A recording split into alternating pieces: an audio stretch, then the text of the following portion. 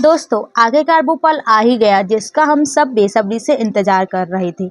आज हमारे बॉयज़ यानी बीटीएस ने आमा अवार्ड में 1 नहीं, 2 नहीं बल्कि 3 अवार्ड्स अपने नाम किए हैं, जिसमें summer best pop male group का खिताब भी शामिल है।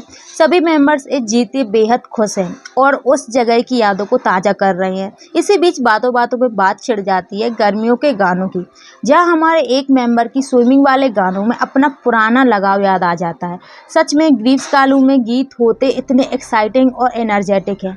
फैशन और स्टेज पर वो ब्लेंडर, अवार्ड्स नाइट हो या फैशन की बात ना हो, ऐसा तो हो ही नहीं सकता है। आज सब एक से बढ़कर एक स्टाइलिश लुक में चमक रहे थे, चाहे वो कैल्विन हो, सेलिन हो या फिर गुच्ची हो। लेकिन भाई, इसी बीच स्टेज पर एक बड़ा ही मज़ेदार और थोड़ा डरावना हादसा हो गया था।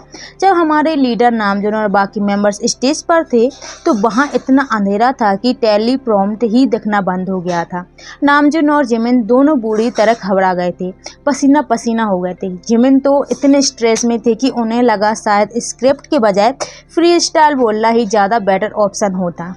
ड्रेक से मुलाकात और लास वेगस की मस्ती। तनाव के बाद बारी आई एक्साइटमेंट की। मेंबर्स ने बताया कि जब वे सोशल असिस्टेंट इवेंट में पहली बार मशहूर रैपर ड्रेक से मिले तो उनके होश उड़ गए थे। बचपन से जिसके गाने सुने हो, उनसे सामने मिलना सच में किसी सपने जैसा था।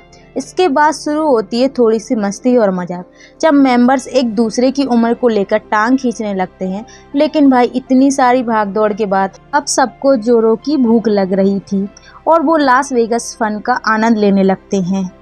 वर्ग का दर्द और अमीरी के ताने। पर रोको, वेगस की मस्ती से पहले हमारे मेंबर्स की हालत थोड़ी ख़राब थी। भारी वर्कआउट के बाद कैलवस में इतना दर्द था कि मानो किसी ने बुरी तरह पिटाई कर दी हो, लेकिन दाद देनी पड़ेगी। उनकी कमिटमेंट की दर्द के बाद भी वर्कआउट जारी था। इसी बीच मेंबर्स के बीच एक चुलबुली नोकझोंक शुरू हो जाती है, जहां एक मेंबर की अमीरी और उसके एक्सपेंसिव होटल के कमरों को लेकर सब मिलकर उसकी खूब खिंचाई करते हैं। पिज्ज़ा पार्टी और वो इमोशनल यादें। खैर, आज का दिन वाकई बहुत मीनिंगफुल और स्पेशल था। अब टेबल पर आ चुके हैं गुगली के मशहूर डोनट्स, पिज्ज़ा और बीफ रिब्स। खाना खाते माहौल अचानक थोड़ा सा इमोशनल हो जाता है।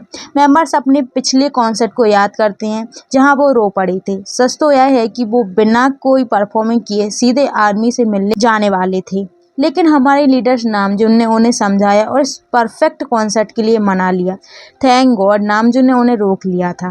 ट्रांसलेटर का एक्सेंट और कन्फ्यूजन। थोड़े इमोशनल पल के बाद बात चलती है कि विदेशी लहजे और बोलियों पर मेंबर्स मजाक मजाक में कहते हैं कि उनके अपने इंग्लिश बोलने के तरीकों से कहीं गुना ईजी और परफेक्ट तो से दो भाषीय ट्रांसलेटर की इंग्लिश थी। उसका लहजा और बोलने का अंदाज इतना अट्रैक्टिव था कि बोरिंग इंग्लिश भी सुनने में बहुत इंजॉय लग रही थी, जबकि पहली बार कई बार एक्सेंट को वजह से काफ़ी गलतफहमियां हो चुकी थी। और लास्ट में आखिरी विदाई और आर्मी के नाम टोस्ट। अब लाइव स्ट्रीम के आखिरी हिस्से में सभी मेंबर्स बहुत खुश थे, हंसी मजाक चल रहा था और वे सोच रहे थे कि इस प्यारे आमा सेशन को कैसे ख़त्म किया जाए। आखिरकार जोरों की भूख के बीच वे अपने प्यारे दर्शकों को यानी आर्मी का दिल से शुक्रिया अदा करते हैं। वे वादा करते हैं कि वे अपना पूरा शेड्यूल प्रॉपरली ख़त्म करके जल्द ही कोरिया लौटेंगे और आखिर में अपनी प्यारी आर्मी के आंखों में छिपे उस सच्चे प्यार का नाम एक आखिरी टोस्ट करते हुए वो अलविदा कहते हैं। We love you BTS.